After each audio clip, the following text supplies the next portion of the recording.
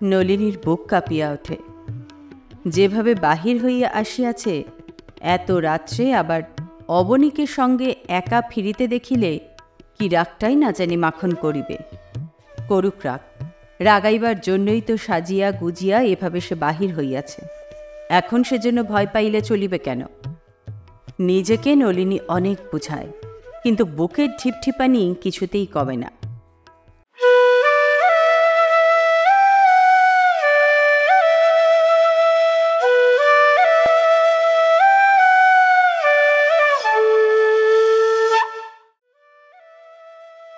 নমস্কার শ্রোতা বন্ধুরা, বাংলার গল্পকথায় আপনাদের স্বাগত জানাই। আমাদের আজকের নিবেদন বিখ্যাত কথা সাহিত্যিক মানিক বন্দ্যোপাধ্যায়ের লেখা ছোট গল্প জুয়ারির বউ। গল্পটি প্রথম প্রকাশিত হয় কাহিনীকারের নিজস্ব প্রকাশনী সংস্থা Udayachal printing and publishing house থেকে বউ নামক গল্পগ্রন্থে। অভাব অনটনের সংসারে স্বামীর জুয়া খেলার নেশা, স্ত্রীর মনের খবর রাখার সময় কি আছে তার? কেমন হবে জুয়ারির বউয়ের সংসার? চলুন তাহলে শুরু করা যাক আমাদের আজকের গল্প। ধরিতে গেলে জুয়ার দিকে মাখনের ঝোঁক ছিল ছেলেবেলা হইতেই। তার অল্প বয়সের খেয়াল আর খেলাগুলির মধ্যে তার ভবিষ্যৎ জীবনের এমন জোরালো মানসিক বিকারের সূচনা অবশ্য কেউ কল্পনা করিতে পারিত না। বাজি ধরে না কে, লটারির টিকিট কেনে না কে, মেলায় গেলে নম্বর লেখা টেবিলে 2-4টা পয়সা দিয়া ঘূর্ণমান চাকার লেখা নম্বরের দিকে তীর ছড়ে না কে। এসব তো খেলা, নিছক খেলা। তবে মাখনের একটু বাড়াবাড়ি ছিল। কথায় কথায় সকলের সঙ্গে বাজি ধরিত। লটারির টিকিট কেনার পয়সার জন্য বিরক্ত করিয়া করিয়া গুরুজনের মার খাইত। মেলায় গিয়া অন্য জিনিস কেনার পয়সা তীর ছুঁড়িবার খেলায় হারিয়ে আসিত। এই তুচ্ছ ছেলে মানুষই পাগলামি যে একদিন একটা মারাত্মক নেশায় দাঁড়াইয়া যাইবে, এ কথা কারো মনে আসে নাই। প্রকৃত জুয়া আরম্ভ হয় ঘোর দৌড়ের মাঠে।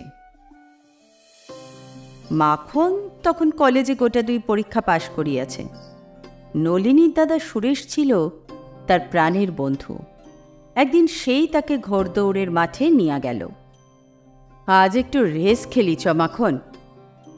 রেস? আমার কাছে মোটে 10টা টাকা আছে। আবার কত চাই? লাগে তো আমি দেবক্ষণ। আয়। 7 টাকা জিতিয়া দুজনে সেদিন কি ফুর্তি!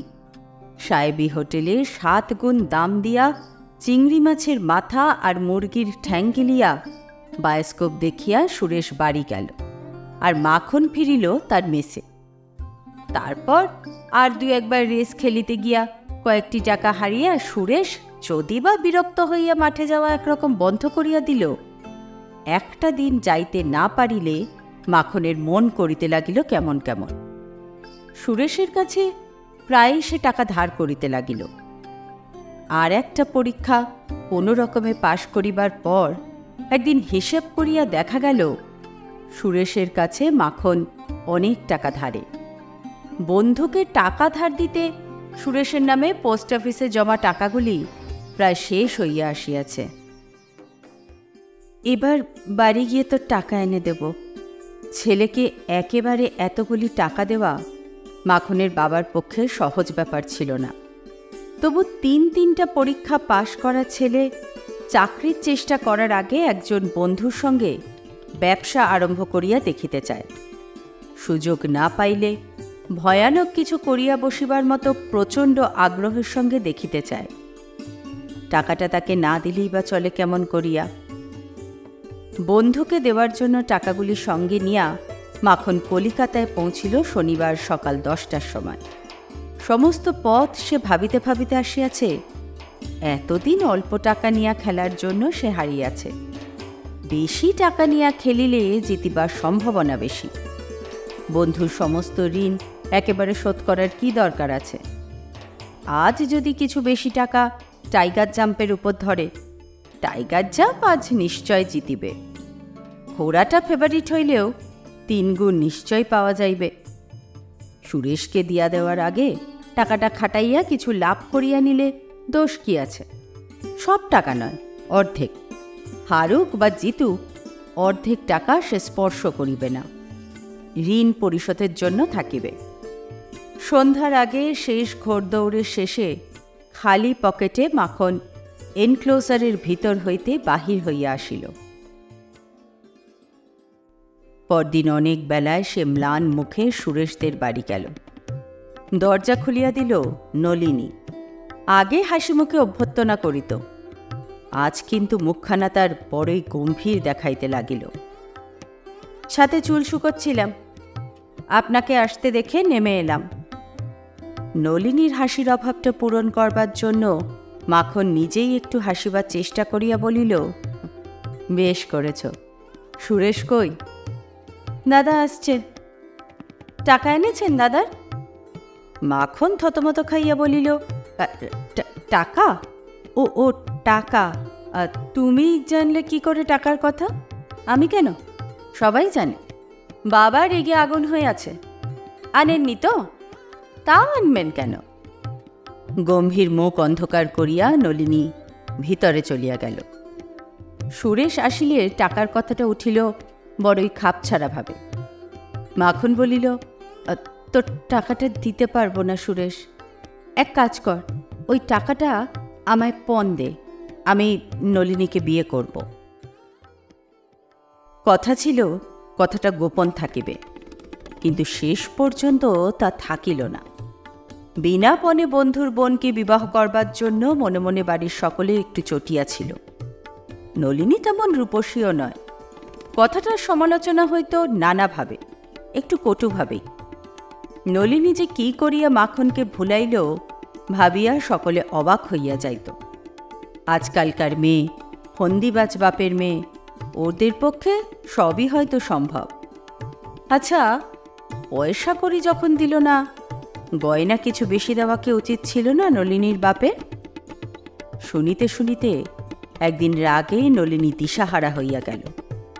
বড় গুরুজন কেউ মন্তব্য করিলে রাগে দিশাহারা হইয়াও হয়তো সে চুপ করিয়াই থাকিত, কিন্তু সেদিন মন্তব্যটা করিয়াছিল ননদ বিধু। তার সঙ্গে ইতিমধ্যে কতকটা ভাব হইয়া যাওয়ায় সে বলিয়া ফেলিল, পণ দেওয়া হয়নি মানে? পণ তো ওকে আগেই দেওয়া হয়েছে। তারপর সব জানাজানি হইয়া গেল। প্রথমটা কেউ বিশ্বাস করিতেই চায় না, কিন্তু সত্য কথায় বিশ্বাস না করিয়া উপায় কি? মাখনকে জিজ্ঞাসা করায় সেও স্বীকার করিয়া ফেলিল। রাত্রে মাখন বলিল, টাকার ব্যাপারটা বলতে না তোমায় বারণ করেছিলাম, বললে কেন? নলিনী বলিল, ব্যবসার নাম করে দাদাকে দেবার জন্য টাকা নিয়ে গিয়েছিলে, আমায় বলনি কেন? আমার রাগ হয় না বুঝি? রাগ হলে তুমি বুঝি 10 জনের কাছে আমার নামে বদনাম করে শোধ তুলবে? তুমি তো কম শয়তান নও। বিশ্রে একটা কলহ হইয়া গেল। কথা বন্ধ রহিল 3 দিন। আবার কথা আরম্ভ হওয়ার 10 মিনিটের মধ্যে নলিনী জিজ্ঞাসা করিল, আচ্ছা, অতগুলো টাকা কি করলে? দাদার কাছ থেকে নিয়েছ, বাবার কাছ থেকে নিয়েছ, টাকা তো কম নয়। প্রথমে কৈফিয়তটা ভালো করিয়া নলিনীর মাথায় ঢুকিল না। চুপি চুপি কার সঙ্গে মাখন ব্যবসা করিতেছিল সব টাকা লোকসান গিয়াছে। তারপর সে টের পাইল মাখন মিথ্যা বলিতেছে। মনটা তার খারাপ হইয়া গেল। স্বামীর মন তো তার ছোট নয়। টাকা পয়সার ব্যাপারে সে বরং অতিমাত্রায় উদার। টাকা পয়সার ব্যাপারে তার কেন মিথ্যা বলার প্রয়োজন হইল? বাপ আর শ্বশুরের চেষ্টায় মাখনের একটা চাকরি জুটিয়া গেল ভালোই। বছর 5 মধ্যে বেতন বাড়িয়া দাঁড়াইয়া গেল প্রায় 300 টাকায়। এতদিনে নলিনীর একটি ছেলে আর একটি মেয়ে হইয়াছে, এবং কতকটা স্বামীর চাকরির জন্যই অতি দ্রুত প্রমোশন পাইয়া পাইয়া স্বামীর সংসারে প্রায় গিন্নির পথ পাইয়াছে। সংসারে বিশেষ অশান্তি নাই, রোগ শোক নাই, অনটন নাই। নলিনীর মনেও জোরালো দুঃখ কিছু নাই। কেবল সেই যে 3 দিন কথা বন্ধ থাকার পর মাখনের মিথ্যা বলার জন্য মনটা তার খারাপ হইয়া গিয়াছিল। মৃদু আশঙ্কার মতো একটা স্থায়ী অস্বস্তির মধ্যে সেই মন খারাপ হওয়ারই কেমন যেন একটা অদ্ভুত খাপছাড়া জের চলিতেছে। কোনো পাপ করে নাই নলিনী, তবু ভয় রূপান্তরিত পুরানো পাপের মতোই কি যেন একটা দুর্বোধ্য ভার সবসময় তার মনকে বহন করিতে হইতেছে। মাখনের জুয়ার নেশা কাটিয়া যায় নাই। ভালোবাসার নেশার মতোই প্রথম বয়সের উদ্দাম উচ্ছৃঙ্খলতা আর অসহ্য অধীরতার যুগটা পার হইয়া ধীর স্থির হিসাব করা নেশায় দাঁড়াইয়া গিয়াছে। পাকা প্রেমিকের অভ্যস্ত প্রেম করার মতো তার জুয়া খেলাটাও দাঁড়াইয়া গিয়াছে অনেকটা নিয়মিত। টাকা অবশ্য জমে না, অনেক স্বাদ অবশ্য মেটে না, মাঝে মাঝে বিশেষ প্রয়োজনের সময় টাকার জন্য অবশ্য সাময়িকভাবে রীতিমতো বিপদে পড়িতে হয়, তবু মোটামুটি সংসার চলিয়া যায়। মাখনের 100 টাকা বেতন হইলে যেমন চলিত তেমনিভাবে চলিয়া যায়। মাখনের বেতন 100 টাকা ধরিয়া নিলে অনেক হাঙ্গামাই মিটিয়া যাইত। এর চেয়ে অনেক কম বেতনেও জগতে অনেক লোক চাকরি করে, কিন্তু মুশকিল এই যে 300 টাকা যে বেতন পায় তার বেতনের 200 টাকা কোনো কাজে না আসিলেও বেতন তার 100 টাকার বেশি নয়, এটা ধরিয়া নেওয়া তার নিজের পক্ষেও অসম্ভব, আত্মীয় বন্ধুর পক্ষেও অসম্ভব। আত্মীয় বন্ধুর রাগ, অভিমান, বিরক্তি আর উপদেশ উপরোধ সমালোচনা এখনও চলিতে থাকিলেও নলিনী একরকম আর কিছুই বলে না। সে জানে এ রোগের ওষুধ নাই। এ কথাটাও সে জানে যে প্রয়োজন হইলে জুয়ার খরচটা মাখন কমাইয়া দিবে, কিন্তু সত্য সত্যই প্রয়োজন হওয়া চাই। পেট ভরানোর মতো, গা ঢাকা দেওয়ার মতো, রোগের সময় ডাক্তারের টাকা, ওষুধ কেনার মতো খাঁটি প্রয়োজন। এরকম আসল প্রয়োজন মেটানোর দায়িত্ববোধের কাছেই কেবল তার জুয়ার নেশা হার মানে। কত কৃত্রিম প্রয়োজনই নলিনী দাঁড় করাইবার চেষ্টা করিয়াছে, কতবার কতভাবে স্বামীকে বুঝাইবার চেষ্টা করিয়াছে সংসারে এটা চাই সেটা চাই। মাখন শুধু বলিয়াছে আচ্ছা আচ্ছা হবে, কিন্তু শেষ পর্যন্ত প্রায় কিছুই হয় নাই। বাড়ি বদলানোর জন্য নলিনী অনেকবার ঝগড়া করিয়াছে, বলিয়াছে এ বাড়িতে আমি থাকবো না, একটা ভালো বাড়িতে চলো বলিয়া রাগ করিয়া বাপের বাড়িতে চলিয়া গিয়াছে। তখন অবশ্য মাখন বেশি ভাড়ার একটা ভালো বাড়িতে উঠিয়া গিয়াছে, কিন্তু তার ফলটা নলিনীর পক্ষেই হইয়াছে মারাত্মক। কারণ জুয়ার খরচ মাখন 1 পয়সা কমায় নাই, টান পড়িয়াছে সংসারের খরচেই। আবার উঠিয়া যাইতে হইয়াছে কম ভাড়ার বাড়িতে। নলিনী বলিয়াছে আমি দুগাছা করে নতুন চুড়ি গড়াবো। মাখন বলিয়াছে আচ্ছা, কিন্তু তারপর 2 বছরের মধ্যে সস্তা একজোড়া দুলও নলিনীর গড়ানো হয় নাই। কারণ চুড়িও নলিনীর আছে, দুলও আছে। কিন্তু নলিনী যেদিন বলিয়াছে একটা লাইফ ইন্স্যুরেন্স পর্যন্ত করবে না তুমি, তার 1 মাসের মধ্যে মাখন 10,000 টাকার লাইফ ইন্স্যুরেন্স করিয়াছে, এবং এখন পর্যন্ত নিয়মিত প্রিমিয়াম দিয়া আসিলেও বেশি ভাড়ার বাড়িতে উঠিয়া যাওয়ার ফলটা নলিনীকে ভোগ করিতে হয় নাই।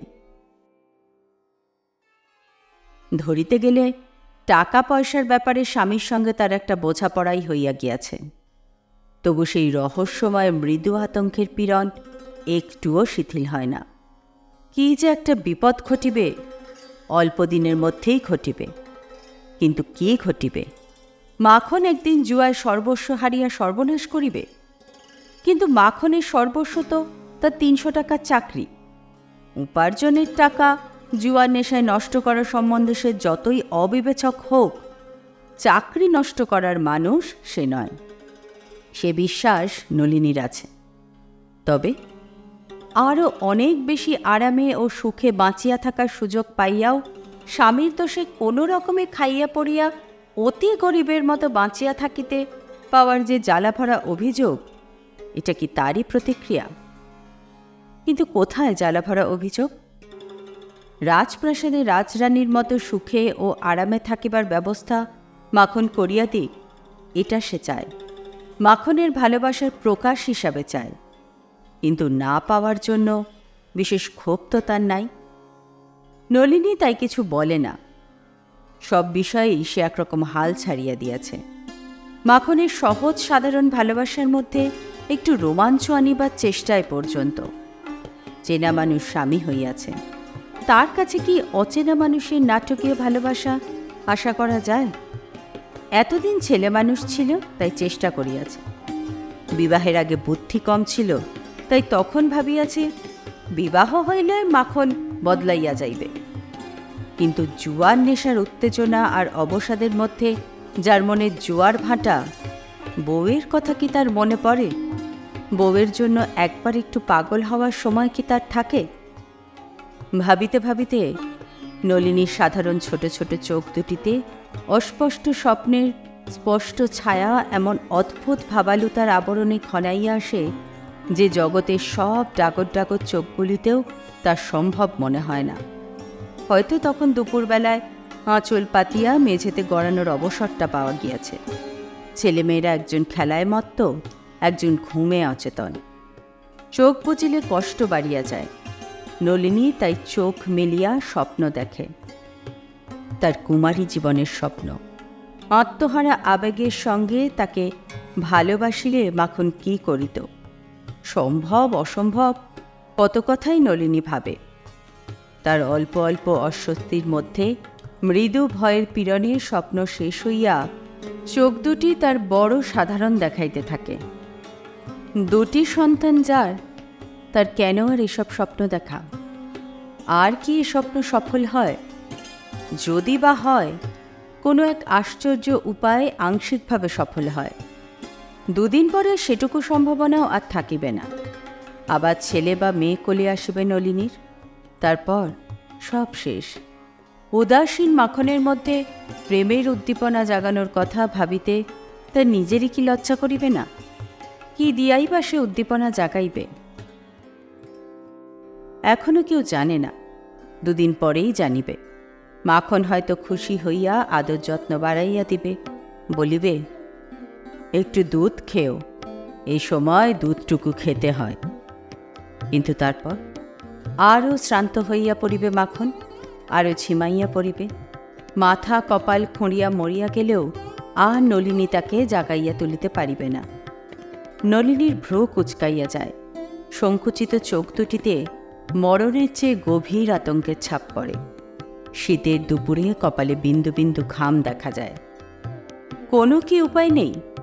যে কোনো একটা উপায়। ব্যর্থ হইলে যদি সর্বনাশ হওয়ার সম্ভাবনাও থাকে, তবু সার্থকতার যেটুকুনি সম্ভাবনা থাকিবে তারই লোভে সে একবার চেষ্টা করিয়া দেখিত। কিন্তু সেরকম উপায় বা কোথায় যাতে সমস্ত শেষ হইয়া যায়, নয় মাখনের ভালোবাসা মেলে? ঠিক সেই সময় দুরু দুরু বুকে গভীর আগ্রহের সঙ্গে মাঠের রেলিং ঘেঁষিয়া 11টি ঘোড়ার মধ্যে একটির অগ্রগতি লক্ষ্য করিতে করিতে মাখন ভাবিতেছিল, এবারও না জিতিলেই বিপদে পড়িব বটে, কিন্তু যদি যেতে। সন্ধ্যার পর ঘোড়দৌড়ের মাঠ হইতে বন্ধু অবনীর সঙ্গে শ্রান্ত ক্লান্ত মাখন ফিরিয়া আসে। সুরেশের মতো অবনী এখন তার অন্তরঙ্গ বন্ধু। মানুষটা সে একটু বেঁটেই রোগা, লাজুক আর ভীরু। কথার জবাবে পারিলে কথা বলার বদলে মৃদু হাসিয়াই কাজ সারে। কখনো কেউ তাকে উত্তেজিত হইতে দেখিয়াছে কিনা সন্দেহ। ঘোড়া ছুটিবার সময় মাখন যখন আগ্রহে উত্তেজনায় বাঁ হাতের বুড়ো আঙ্গুলটা কামড়াইতে থাকে, অবনী নির্বিকারভাবে বিড়ি টানিয়া যায়। জিতিলে মাখন হর্রে বলিয়া প্রচণ্ড একটা চিৎকার করিয়া লাফাইয়া ওঠে, হারিলে ঝিমাইয়া পড়ে। অবনী জিতিলেও মৃদু একটু হাসে, হারিলেও হাসে। নলিনীর সাজ পোশাক দেখিয়া দুজনেই একটু অবাক হইয়া যায়। ফ্যাশন করিয়া শাড়ি পরিয়াছে, রঙিন ব্লাউজ গায়ে দিয়াছে। শুধু ঘষা মাজায় খুশি না হইয়া গালে বোধহয় একটু রঙের আর চোখে একটু কাজলের ছোঁয়াচ দিয়াছে। মাখন বলে, কোথায় যাবে? নলিনী একগাল হাসিয়া বলে, কোথায় আর যাব? সেজেছ যে? সেজেছি, কি জ্বালা, কোথাও না গেলে বাড়িতে বুঝি ভূত সেজে থাকতে হবে? তারপর অবনীর কাছে গিয়া বলে, সইকে বুঝি তালা বন্ধ করে রাখেন, আসে না কেন? অবনী নীরবে মৃদু একটু হাসে। চলুন সইয়ের সঙ্গে দেখা করে আসি বলিয়া স্বামীর যে বন্ধুর সঙ্গে 3 হাত তফাতে দাঁড়াইয়া নলিনী সংক্ষেপে কথা বলিত, রীতিমতো তার হাত ধরিয়া তাকে টানিয়া তোলে এবং মাখনের দিকে এক নজর না চাহিয়াই বাহির হইয়া যায়। প্রাণপণে চেষ্টা করিয়াও নলিনী ভিতরের উত্তেজনা গোপন করিতে পারে না। অবনীর বউ বলে, কি হয়েছে সই? কিছু না। কোমরে আঁচল জড়াইয়া অবনীর বউ রান্না করিতেছিল। নলিনীর চেয়ে সে বয়সে বড়, কিন্তু বড়ই তাকে ছেলে মানুষ দেখায়। মানুষটা সে সবসময়ই হাসি খুশি, কাজ করিতে করিতে গুনগুন করিয়া এখনো গান করে। তাকে দেখিলেই নলিনীর বড় হিংসা হয়, মনটা কেমন করিতে থাকে। ওর স্বামীও তো জুয়া খেলে, তার চেয়ে অনেক কষ্টেই ওকে সংসার চালাইতে হয়। 2টি ছেলের মধ্যে একটি ওর মরিয়া গিয়াছে, তবু সবসময় এমন ভাব দেখায় কেন?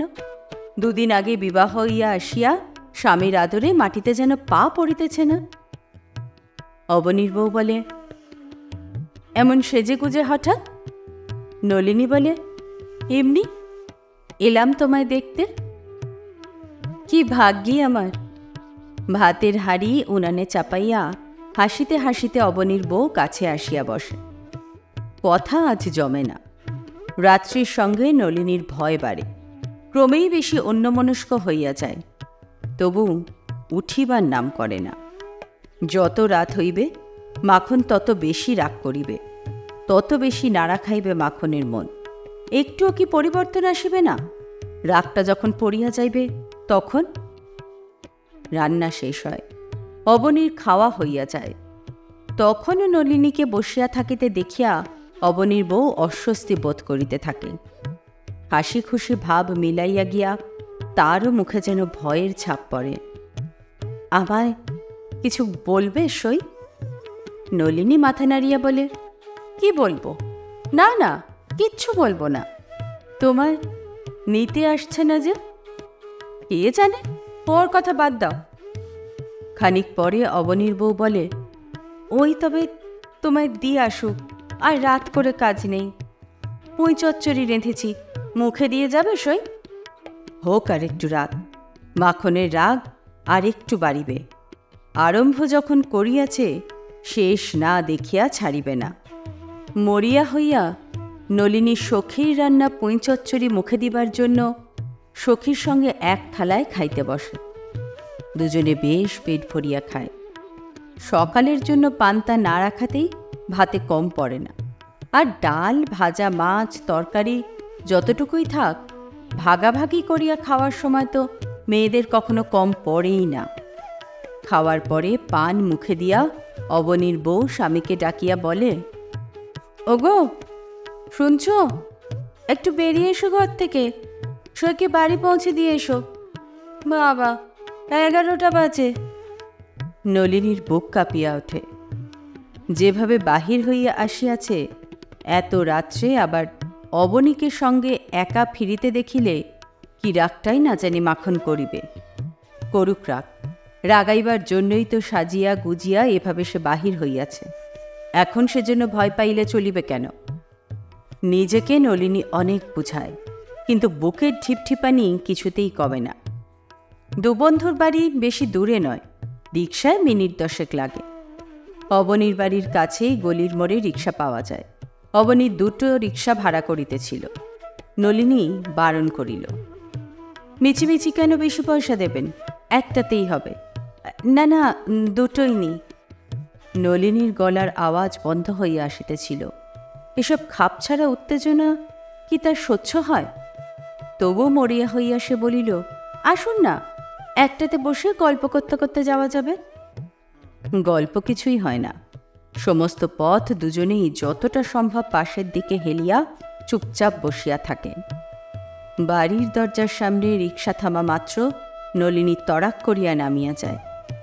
অবনীকে বলে, ওকে ডেকে দিয়ে আপনি এই রিকশাটা নিয়ে ফিরে যান। দরজা খুলিয়া দিতে আসিয়া মাখন দেখিতে পাইবে এত রাত্রে বউ তার এক রিকশায় অবনীর সঙ্গে পাশাপাশি বসিয়া বাড়ি ফিরিয়াছে। নলিনীর এই আশা বা আশঙ্কা পূর্ণ হইল না। দরজা খুলিয়া দিল চাকর। ঘরে গিয়া নলিনী দেখে কি, মেয়েটাকে কোলে নিয়া আনাড়ির মতো থাপড়াইয়া থাপড়াইয়া মাখন তাকে ঘুম পাড়ানোর চেষ্টা করিতেছে।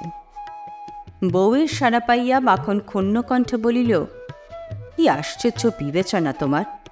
দুজনকে ফেলে রেখে এত রাত পর্যন্ত বাইরে কাটিয়ে এলে। খুকিকে তো অন্তত নিয়ে যেতে পারতে সঙ্গে। মেয়েকে নামাইয়া দিয়া মাখন নিজের বিছানায় উঠিয়া শ্রান্তভাবে চোখ বুজিয়া শুইয়া পড়িল। খুব যে রাগ করিয়াছে তার কোনো লক্ষণ দেখা গেল না। তুমি কাউকে পাঠালে না কেন? অবনীবাবুর সঙ্গে কথা কইতে কইতে। কাকে পাঠাবো? শম্ভু এতক্ষণ খুকিকে রাখছিল। 2 মিনিট আগে দরজা খুলিতে যাওয়ার সময় শম্ভু তবে মেয়েকে মাখনের কোলে দিয়া গিয়াছিল। সন্ধ্যা হইতে মাখনকে মেয়েকে রাখিতে হয় নাই। নলিনী জিজ্ঞাসা করিল না, মাখন নিজে কেন তাকে আনিতে যায় নাই। আর জিজ্ঞাসা করিয়াই বা কি হইবে? নিজের চোখে বউ আর বন্ধুকে চড়াচড়ি করিতে দেখিলেও বোধহয় তার রাগ হইবে না। এমন বদমেজাজি মানুষ, 1 গ্লাস জল দিতে দেরি হওয়ায় আজ সকালেই শম্ভুকে মারিতে উঠিয়াছিল। কিন্তু বউকে তার এত অনুগ্রহ কেন? একদিন কিসের আগের মাথায় বউয়ের গালে একটা চড় বসাইয়া দিতে পারে না, যাতে খানিক পরে ভালোবাসার জন্য না হোক অন্তত অনুতাপের জন্য অনেকগুলি চুমু দিয়া চড়ের দাগটা মুছিবার চেষ্টা করা চলে? বাহিরটা একবার তদারক করিয়া আসিয়া নলিনী ঘুমন্ত মেয়ের পাশে শুইয়া পড়ে। মাখন বলে, খেলে না? নলিনী বলে, ওদের বাড়ি থেকে খেয়ে এসেছি। খানিকক্ষণ চুপচাপ কাটিয়া যায়। তারপর মাখন যেন ভয়ে ভয়ে আস্তে আস্তে বলে, আজ অনেকগুলো টাকা জিতেছি। নলিনী সাড়া দেয় না। প্রায় 700। নলিনী তবু সাড়া দেয় না। তোমায় একটা গয়না করিয়ে দেব, যা চাও। নলিনী চুপ করিয়া থাকে। নিঃশব্দে কাঁদিতে কাঁদিতে ভাবে, কে শুনতে চায় তুমি হেরেছ কি জিতেছ? কে চায় তোমার গয়না? একবার কাছে ডাকতে পারো না আমায়? অনেকক্ষণ অপেক্ষা করিয়া মাখন বলে, রাগ করেছ? না না, ঘুমো, আর জ্বালাতন করব না।